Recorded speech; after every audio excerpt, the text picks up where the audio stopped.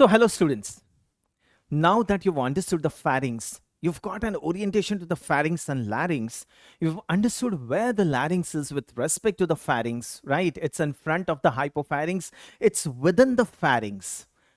Let us understand the details of the larynx now, right? You know where the larynx is located, you know how the larynx is.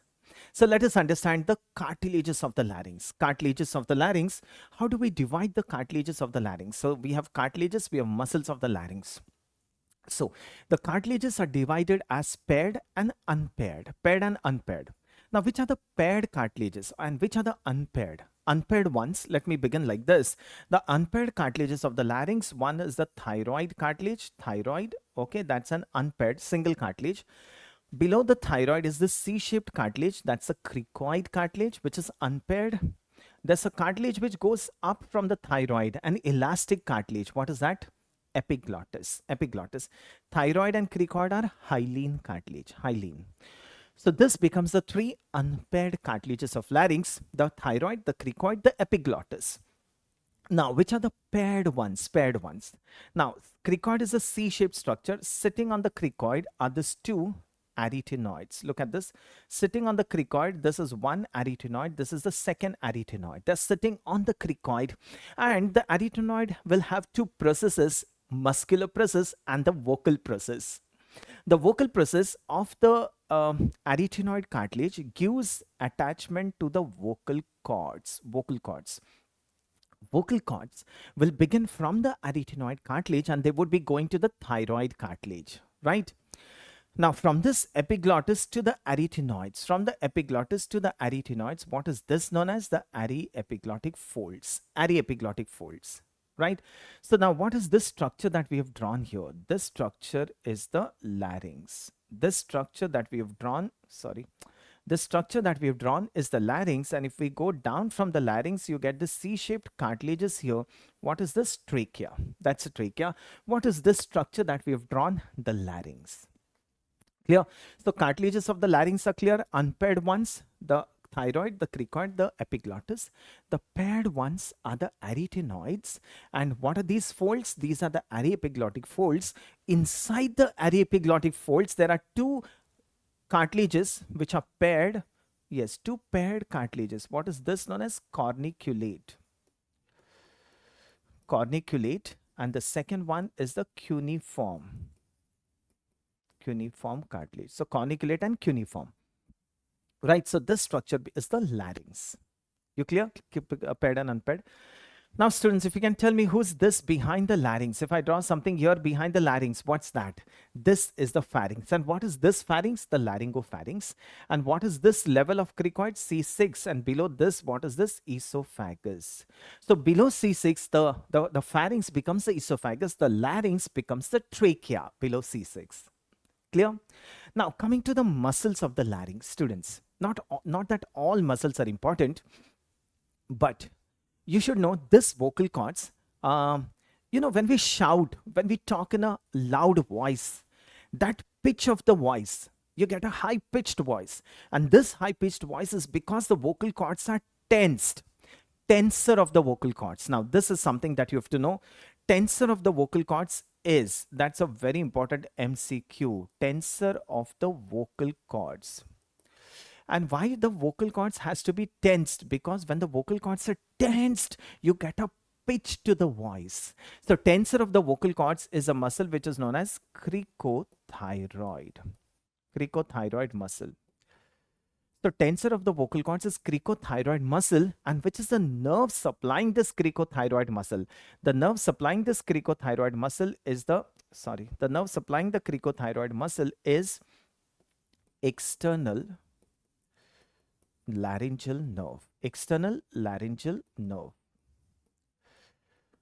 which is a branch of superior laryngeal, which is a branch of vagus. That means vagus gives one external laryngeal which divides into vagus gives the superior laryngeal nerve which divides into an external and internal laryngeal. The external laryngeal nerve is going to supply what? Cricothyroid. Clear? And what is the action of cricothyroid? Tensor of the vocal cords. Now, students, if this cricothyroid is paralyzed, if this external laryngeal nerve is damaged, cricothyroid is paralyzed, the person doesn't get a pitch to the voice. The person talks in a very low pitched voice. Hey, what's your name? Hey, what's your name? Like that. And this condition is known as huskiness of voice. Huskiness of voice. Or this is also known as, what is asked in the MCQ is loss of timbre. Loss of timbre of the voice.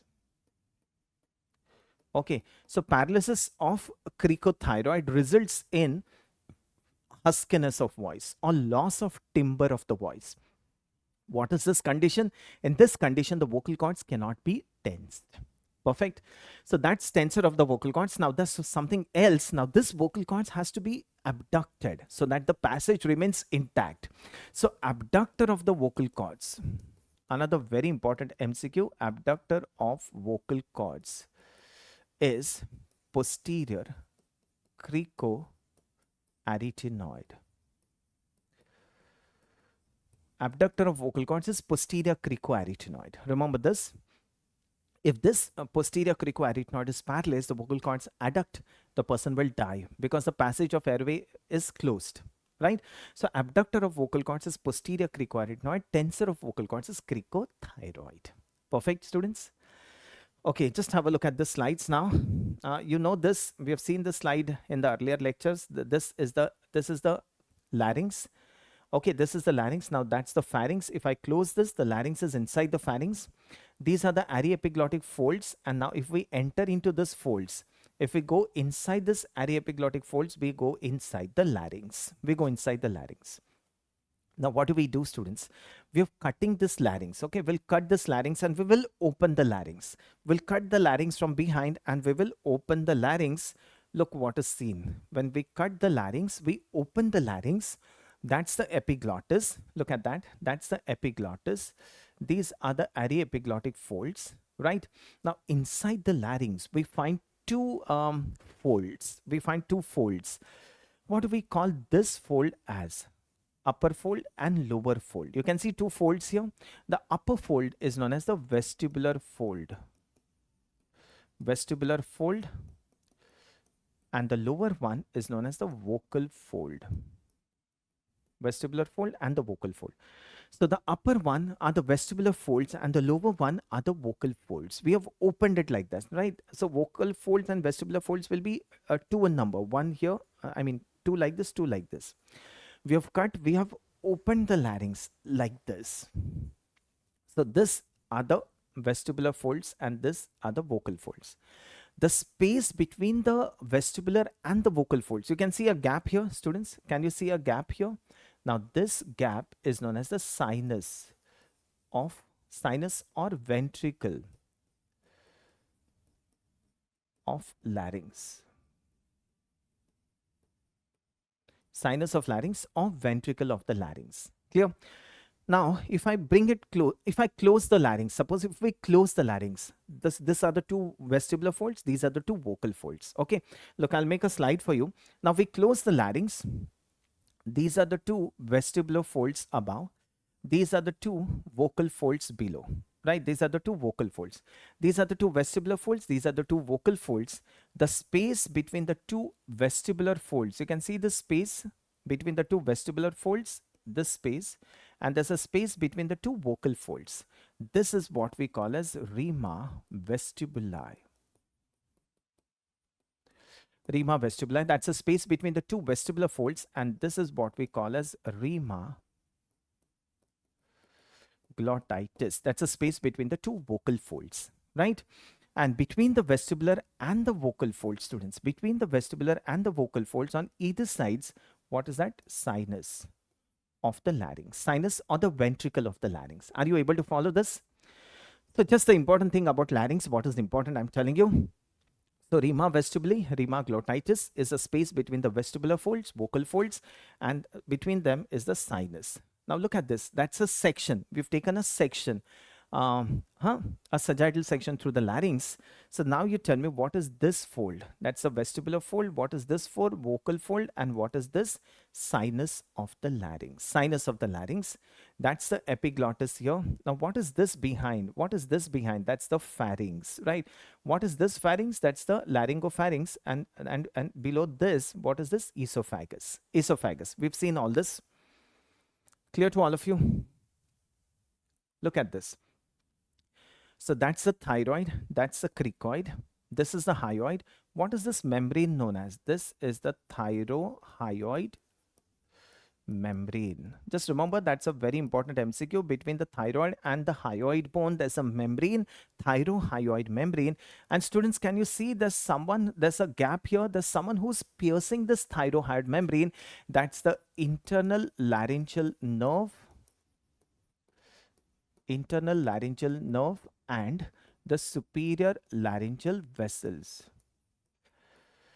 Internal laryngeal nerve and the superior laryngeal vessels are going to pierce this thyrohyoid membrane. They are going inside this. Now they will pass between the middle and the inferior constrictor muscles of the pharynx. They will enter inside the hypopharynx. Now from there they will go into the larynx and they will supply the sensory supply of the larynx above the vocal folds. So that's how the internal laryngeal nerve does. We've seen this internal laryngeal nerve. No, we've seen between the constrictors. So internal laryngeal nerve is outside. First, it has to go pierce the thyrohyoid membrane. Then it goes in. Now it passes between the constrictors. It goes in the pharynx. From the pharynx, it goes to the larynx. Why? Because larynx is inside the pharynx. We know this. And then it supplies the larynx. Understanding? Clear to all of you? And these are the arytenoids. These are the vocal process. Vocal folds. Vocal folds. Clear to all of you? Now coming to this nerve supply of the larynx. Nerve supply of the larynx. Nerve supply is motor and sensory. Motor and sensory nerve supply of the larynx. Tell me, motor nerve supply. All the muscles of the larynx are supplied by, all the muscles of the larynx are supplied by recurrent laryngeal nerve. All the muscles of the larynx are supplied by recurrent laryngeal nerve except cricothyroid. Except cricothyroid, which is supplied by external laryngeal nerve. Clear? External laryngeal nerve. So all the muscles of larynx are supplied by recurrent laryngeal nerve except cricothyroid, which is supplied by external laryngeal nerve, which is a tensor of the vocal cords. And sensory nerve supply above the vocal folds, above the vocal cords, and below the vocal cords.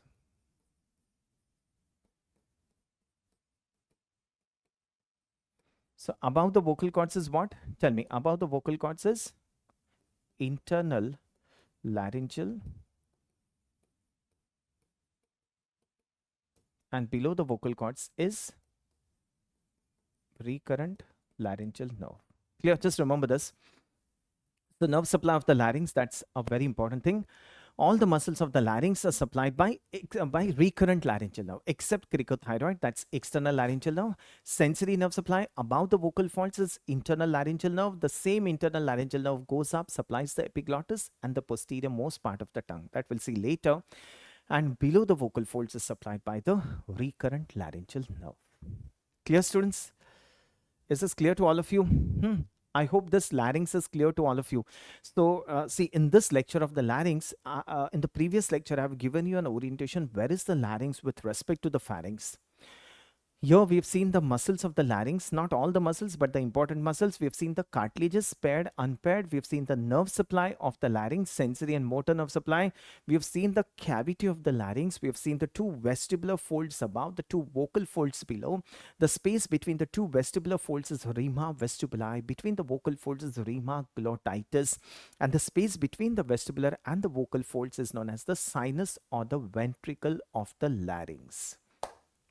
Clear, students? I hope this lecture is clear to all of you. In case of doubts, do get back to me.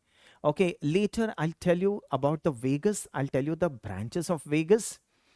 what is superior laryngeal, what is recurrent laryngeal, and I'll tell you the branches of superior laryngeal, the external laryngeal and the internal laryngeal. So this thing would be much more clear in the subsequent lectures. Thank you to all of you students. Thank you.